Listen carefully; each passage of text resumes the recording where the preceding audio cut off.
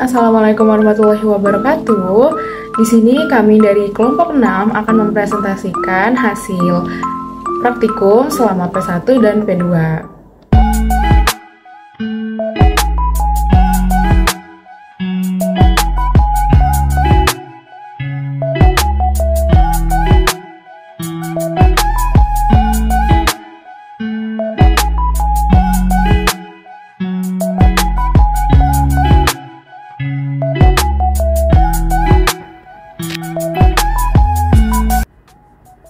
Apa itu karbohidrat?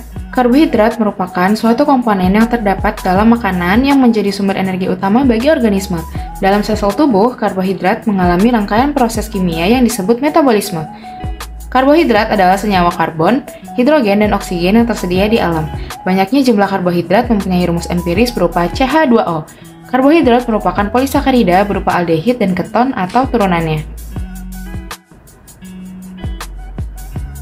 Kita beralih ke uji-uji pada karbohidrat. Yang pertama ada uji Benedict. Uji Benedict bertujuan untuk menunjukkan adanya monosakarida dan gula pereduksi. Reaksi yang digunakan adalah larutan Benedict sendiri yang berwarna biru. Warna yang dimunculkan apabila terbentuk warna kuning, hijau, merah, atau jingga menandakan adanya galaktosa, fruktosa, glukosa, maltosa, atau laktosa. Namun, bila tidak terbentuknya warna-warna tersebut, maka menunjukkan sampel mengandung sukrosa. Mekanisme reaksinya bisa teman-teman lihat di layar ya. Berikut adalah hasil untuk uji Benedict. Ada beberapa sampel yang kami tampilkan di sini, yaitu amilum, pati, madu, susu dan kurma, pisang, mentega, laktosa, glukosa, dan dextrosa. Menurut teori yang sudah dijelaskan, sampel-sampel yang mengandung glukosa, maltosa, galaktosa, fruktosa, dan laktosa, yaitu madu, laktosa, glukosa, dextrosa, dan pisang. Sedangkan yang lainnya mengandung sukrosa. Uji kedua ada uji Fehling. Di sini uji Fehling bertujuan untuk mendeteksi adanya kandungan monosakarida atau disakarida. Reaksi yang digunakan yaitu larutan Fehling A dan B. Warna yang dimunculkan.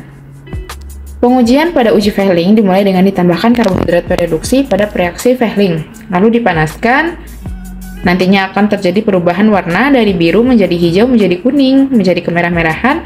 Kemudian di akhir terbentuk endapan merah bata kupro oksida bila jumlah karbohidrat pereduksinya banyak. Nah, mekanisme reaksinya bisa teman-teman lihat di layar ya. Kemudian untuk uji berikutnya yaitu uji iodin. Nah, uji iodin ini bertujuan untuk mengidentifikasi karbohidrat golongan polisakarida. Reaksinya yaitu larutan iodin. Warna yang dimunculkan adalah biru, ungu, atau biru keungu-unguan. Mekanisme reaksinya bisa teman-teman lihat di layar ya. Berikut adalah hasil untuk uji iodium yang kami gunakan, yaitu sampel berupa tepung, susu, madu, glukosa, minyak, mentega, laktosa, nasi, pati, putih telur, pisang, dan kurma. Menurut teori, sampel yang mengandung polisakarida yaitu tepung, nasi, dan juga pisang. Selanjutnya ada uji Molish. Uji Molish ini bertujuan jika karbohidrat yang dideteksi adalah pentosa, maka reaksinya akan terbentuk fulfural. Sementara jika karbohidrat yang dideteksi ternyata aldosa, maka akan terbentuk hidroksi metil fulfural. Nah, reaksi yang digunakan adalah larutan Molish. Warna yang dimunculkan yaitu terbentuk cincin ungu di antara dua larutan. Mekanisme reaksi bisa dilihat pada layar ya teman-teman. Selanjutnya ada uji Seliwanov. Uji Seliwanov ini bertujuan untuk mengidentifikasi adanya gugus aldosa dan ketosa. Reaksinya yaitu resol-nisol dalam asam klorida encer. Warna yang dimunculkan yaitu merah ceri, berarti dia mengandung fruktosa, sedangkan kalau bukan merah ceri, mengandung glukosa, manosa, atau galaktosa. Mekanisme reaksinya bisa teman-teman lihat di layar ya. Uji selanjutnya ada uji Barfoot. Jadi uji Barfoot ini bertujuan untuk mengidentifikasi karbohidrat golongan monosakarida. Reaksinya adalah reaksi Barfoot. Warna yang dimunculkan yaitu merah di dasar tabung, maka mengandung golongan monosakarida yaitu fruktosa, glukosa, manosa, dan galaktosa. Sedangkan jika tidak terbentuk warna merah pada dasar tabung, maka termasuk golongan disakarida. Mekanisme reaksinya bisa teman-teman lihat di layar ya. Selanjutnya adalah uji Bial. Jadi, uji Bial ini bertujuan untuk membedakan gula pentosa dan gula heksosa. Nah, reaksinya yaitu reagen Bial. Warna yang dimunculkan yaitu adanya kompleks biru hijau menandakan adanya pentosa dalam sampel. Mekanisme reaksinya bisa teman-teman lihat di layar ya. Selain melakukan uji-uji, kami juga melakukan hidrolisis pati. Nah, hidrolisis pati ini bertujuan untuk menghasilkan turunan pati yang bersifat fungsional. Praktikum kali ini menggunakan metode kimiawi, dengan menambahkan HCl ke dalam tabung reaksi bersama dengan amilum yang kemudian dipanaskan di atas penanas selama 21 menit. Jadi, langkahnya adalah larutan amilum tadi ditambah dengan HCl sebanyak 2,5 ml, kemudian dipanaskan sebentar sebelum ditambahkan dengan reaksi iodin untuk mengidentifikasi karbohidrat yang terkandung di dalamnya. Pemanasan ini dilakukan selama 20 menit dan dicatat perubahan warnanya setiap 3 menit. Dapat dilihat pada gambar bahwa 3 menit pertama berwarna coklat pekat tua, sedangkan pada 3 menit terakhir berwarna coklat pudar. Nah, apa sih yang terjadi? Jadi, yang terjadi ini adalah ketika 3 menit pertama, pati masih berbentuk polisakarida. Kandungannya masih berbentuk polisakarida. Sedangkan 3 menit berikutnya yaitu 6 menit, 9 menit, 12 menit, dan 15 menit sudah pecah menjadi oligosakarida. Dan menit berikutnya yaitu 18 dan 21 sudah pecah lagi menjadi monosakarida. Jadi dia dari polisakarida ke oligosakarida dan pecah terakhir menjadi monosakarida. Makanya warnanya berubah dari coklat pekat menjadi coklat pudar. Sampailah kita ke kesimpulan pada praktikum pertama. Baik, untuk kesimpulan bisa teman-teman lihat di layar ya.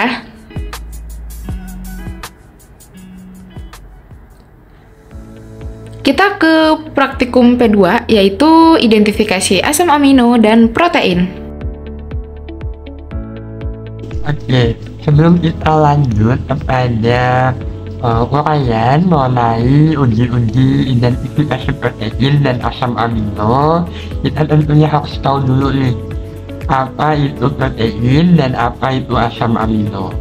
Nah, protein ini sendiri merupakan makromolekul yang tersusun dari banyak asam amino yang dihubungkan oleh ikatan peptida. Protein pada bakteri mengandung beberapa D asam amino. Protein memiliki molekul besar dengan bobot molekul yang bervariasi antara 5.000 sampai jutaan. 20 L asam amino didapati sebagai penyusun protein. Asam amino dihasilkan dari hidrolisis protein oleh asam dan enzim. Nah, jenis asam amino ini ada 20 yang terdapat pada molekul protein. Asam amino ini terikat satu dengan lainnya oleh ikatan yang disebut ikatan peptida. Nah, apa sih isolasi kasein? Jadi, kasein dari susu dapat diisolasi dengan metode pengendapan pada titik isoelektrik. Nah, dengan cara menambah asam cuka pada susu sapi. Titik isoelektrik merupakan pH pada saat terjadi kesetimbangan yang tepat dari muatan positif secara negatif pada sebuah asam amino atau protein. Titik isoelektrik ini adalah nilai pH di mana muatan hampir dinetralkan. Efek balik terjadi saat pH tinggi di atas titik isoelektrik, di mana muatan partikel menjadi lebih negatif atau kurang positif. Larutan kasein yang diisolasi dapat mengental. Untuk mekanisme reaksi isolasi kasein bisa teman-teman lihat di layar ya. Baik teman-teman, ini adalah hasil isolasi dari kasein. Jadi yang pertama tadi ditimbang dulu susu bubuknya, kemudian dilarutkan dengan air dan dipanaskan hingga homogen. Kemudian setelah dipanaskan, sambil dipanaskan perlahan-lahan diteteskan dengan buffer. Nah, kemudian endapannya setelah itu disaring, lalu kita saring untuk mendapatkan endapan. Kemudian setelah disaring, suspensikan kembali dengan 30 ml etanol, disaring lagi, kemudian dibilas lagi dengan Aquades. Nah, setelah disaring tadi, kita keringkan terlebih dahulu pada suhu ruang. Yang dikeringkan adalah endapan yang sudah disaring tadi, kemudian setelah dikeringkan, ditimbang dan dicatat hasilnya. Selanjutnya adalah uji biuret. Nah, uji biuret ini juga bisa digunakan untuk mengidentifikasi adanya protein di dalam suatu sampel, yang bertujuan untuk mengidentifikasi adanya ikatan peptida pada suatu zat yang diuji. Nah, keberadaan ikatan peptida ini menandakan adanya protein di dalam suatu sampel tersebut. Nah, ikatan peptida sendiri itu terbentuk dari ikatan antara asam amino 1 dan asam amino lainnya yang kemudian akan menghasilkan protein. Nah, jadi bagaimana sih kita tahu bahwa sampel yang kita uji tersebut positif pada uji biuret ini? Yaitu dengan perubahan warna yang dihasilkan setelah ditambahkan reaksi biuret. Nah, yaitu warna merah muda hingga violet. Merah muda sendiri itu menandakan bahwa molekulnya kecil, sedangkan untuk violet itu menandakan bahwa molekulnya besar. Nah, pada praktikum uji protein itu sampel yang digunakan adalah larutan albumin, urin, saliva atau air liur, hasil isolasi kasein dari susu, larutan pati, air suling, susu bubuk, susu cair, minyak, madu, tepung, putih telur, dan juga fenol. Nah, untuk sampel-sampel yang digunakan ini yang positif dengan uji biuret adalah albumin, kasein dari susu bubuk, susu cair, tepung, dan juga putih telur, yaitu dengan ditandai dihasilkannya warna violet. Nah, untuk warna violet tersendiri itu berarti sampel tersebut memiliki molekul yang besar. Nah, selanjutnya itu adalah uji Milon. Nah, uji Milon ini bertujuan untuk mendeteksi protein yang mengandung asam amino dengan radikal bebas atau hidroksifenil. Nah, singkatnya yaitu asam amino yang memiliki gugus fenol. Nah, reaksi yang digunakan adalah reaksi Milon. Reaksi Milon ini sendiri itu adalah larutan merkuri nitrat dan merkuri nitrit di dalam campuran asam nitrat dan juga asam nitrit.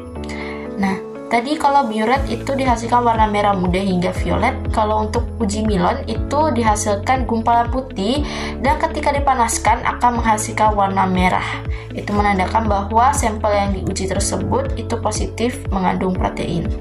Nah, pada praktikum uji protein itu sampel yang digunakan adalah fenol 2%, putih telur, susu cair, albumin, saliva, tepung, madu, pati, minyak, urin, air suling. Dan ya sudah, itu saja. Nah, untuk sampel yang positif akan protein itu adalah albumin, urin, saliva, tepung, putih telur, dan juga susu cair yang ditandai setelah dipanaskan itu menghasilkan warna merah.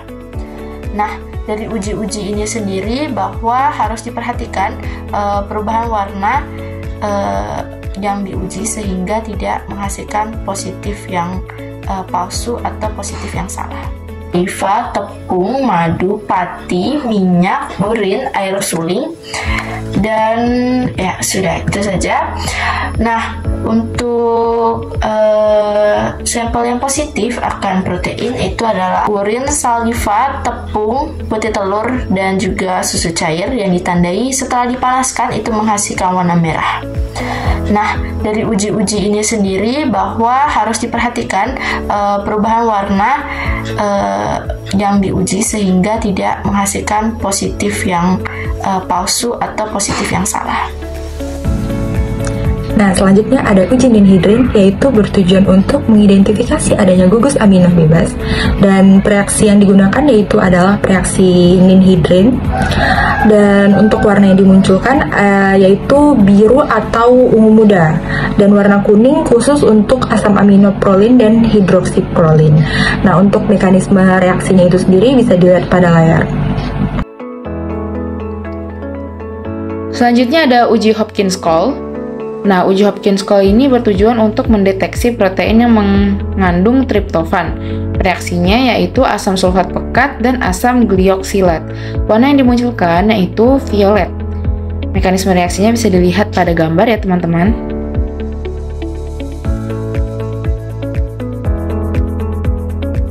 Uji kantor proteat adalah salah satu dari sekian banyaknya uji kualitatif yang digunakan untuk mendeteksi ada atau tidaknya protein dalam sebuah sampel. Nah, lalu apa sih yang membedakan uji kantor proteat dengan uji-uji lainnya seperti uji bioret? Uji kantor proteat mendeteksi protein dengan kandungan benzena atau senyawa aromatik di dalamnya.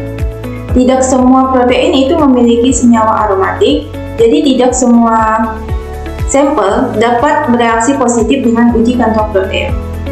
Reaksi yang digunakan pada uji ini adalah asam nitrat pekat.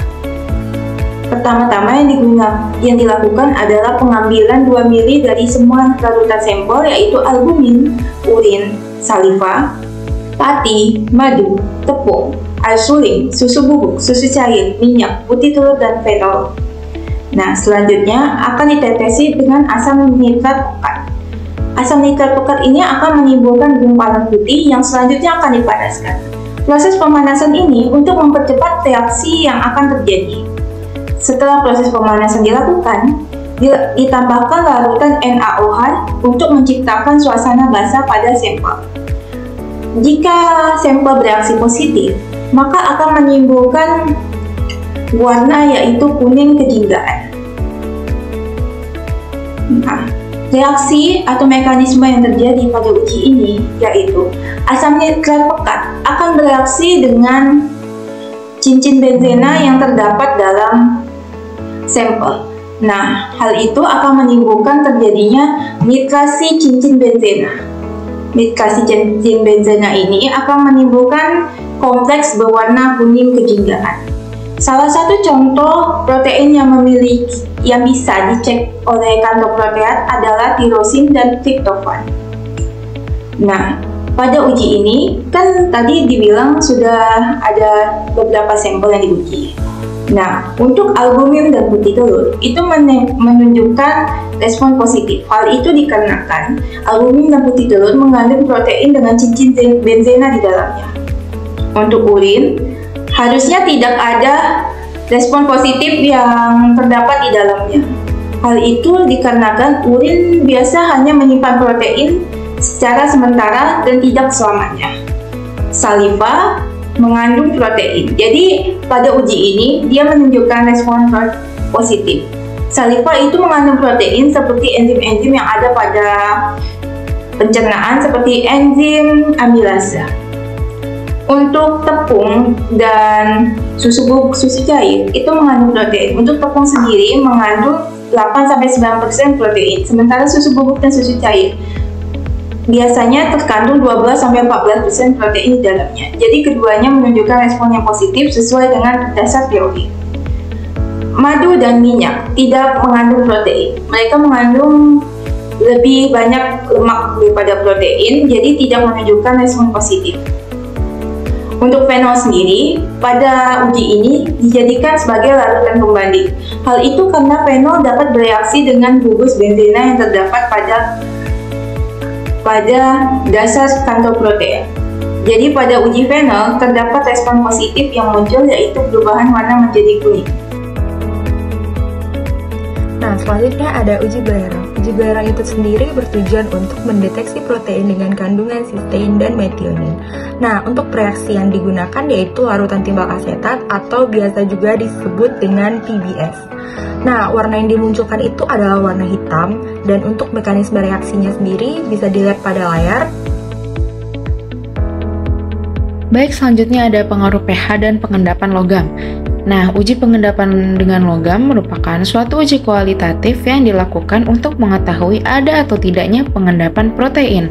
Uji ini bekerja dengan cara mereaksikan logam pada sampel yang akan menyebabkan terjadinya penurunan pH serta terjadi denaturasi protein, yang dimana denaturasi protein ini akan mengakibatkan pembentukan endapan atau gumpalan. Protein memiliki titik isoelektrik, yaitu pH di mana protein netral secara listrik. Di bawah PL, protein memiliki titik isoelektrik atau PI, yaitu pH di mana protein netral secara listrik. Di bawah PI, protein akan bermuatan positif, sedangkan di atas PI, protein akan bermuatan negatif. Perubahan pH di sekitar PI dapat mengubah muatan protein yang dapat mempengaruhi kemampuannya untuk berinteraksi dengan molekul lain, seperti substrat atau senyawa pengatur. Selain itu, perubahan pH juga dapat mempengaruhi kelarutan protein, terutama jika protein memiliki sifat asam amino yang sangat sensitif terhadap pH. Berikut adalah hasil pengendapan dengan logam. Tabung reaksi 1 ditambah HgCl dan tabung reaksi 2 ditambah Pb asetat. Ini sebelum direaksikan, kemudian tabung reaksi 1 dan 2 setelah dihomogenkan dengan reaksinya. Kemudian ini adalah perbandingan daripada tabung reaksi 1 dan 2 yang telah didiamkan selama 10 menit. Kemudian tabung reaksi 3 dan ini selanjutnya gambar tabung reaksi 3 dan 4 setelah didiamkan 10 menit. Dan terakhir, ini adalah hasil uji pengendapan dengan logam tabung reaksi 1 sampai 4. Terdapat endapan putih di tabung reaksi 2 dan 4 dari endapan Pb asetat. Ini adalah untuk hasil pengaruh pH terhadap protein. Jadi yang pertama, hasil tabung reaksi 1 itu dicampurkan albumin 9 ml dengan buffer asetat 1 ml di tabung reaksi 1. Kemudian hasil tabung reaksi 2 itu dicampurkan albumin 9 ml dengan HCl 1 ml di tabung reaksi 2. Kemudian hasil tabung reaksi 3 itu dicampurkan albumin 9 ml dengan NaOH 10% atau 0,1 mol di molar di tabung reaksi 3. Kemudian hasil tabung reaksi 4 yaitu diambil 9 ml albumin tabung reaksi 4 dan tidak direaksikan dengan apapun. Selanjutnya, pengendapan protein dengan larutan garam konsentrasi tinggi atau salting out. Protein dapat diendapkan menggunakan larutan garam berkonsentrasi tinggi. Peristiwa salting out adalah kebalikan dari salting in, yaitu kondisi di mana konsentrasi garam tinggi sehingga menghasilkan ion yang dapat meningkatkan muatan listrik di sekitar protein. Hal tersebut kemudian mengakibatkan tertariknya mantul air dari koloid protein sehingga terdapat interaksi hidrofobik antara molekul-molekul protein yang kemudian menurunkan kelarutan dari protein. Konsentrasi garam yang semakin tinggi yang digunakan untuk mengendapkan protein mengakibatkan kandungan asam amino semakin banyak yang hidrofilik. Praktikum kali ini menggunakan beberapa sampel untuk diuji dengan metode salting out. Sampel yang dimaksud adalah ada filtrat larutan albumin atau putih telur 2%, ada endapan larutan albumin atau putih telur 2%, filtrat kasein susu, dan endapan kasein susu. Garam yang digunakan pada praktikum kali ini adalah garam amonium sulfat. Penambahan garam amonium sulfat berfungsi menurunkan kelarutan dari protein. Dapat dilihat pada gambar pertama, sampel filtrat larutan albumin 2% terjadi perubahan pada sampel menjadi ungu kebiruan. Nah, pada gambar kedua, sampel endapan larutan albumin menjadi berwarna putih. Pada sampel ketiga, filtrat kasein susu berubah menjadi keruh atau jenuh, dan pada sampel keempat, endapan kasein susu berubah menjadi bening atau jernih. Sampel yang menghasilkan hasil positif hanya filtrat larutan albumin atau putih telur 2%. Sampel tersebut menghasilkan warna ungu kebiruan setelah ditambah dengan garam amonium sulfat. Sampel lainnya menghasilkan warna putih atau bening sehingga dikatakan sebagai hasil negatif atau tidak mengandung protein. Nah, berikut adalah kesimpulan dari praktikum P2, yaitu uji protein dan asam amino. Bisa dilihat ya teman-teman dan bisa dibaca sendiri. Dan ini adalah beberapa daftar pustaka yang kami gunakan untuk menyusun video ini. Nah teman-teman, itu saja penjelasan dari kelompok 6. Semoga penjelasan dari kami dapat diterima dan dapat dipahami dengan baik ya. Kelompok 6 pamit undur diri. Kurang dan lebihnya mohon dimaafkan. Wassalamualaikum warahmatullahi wabarakatuh.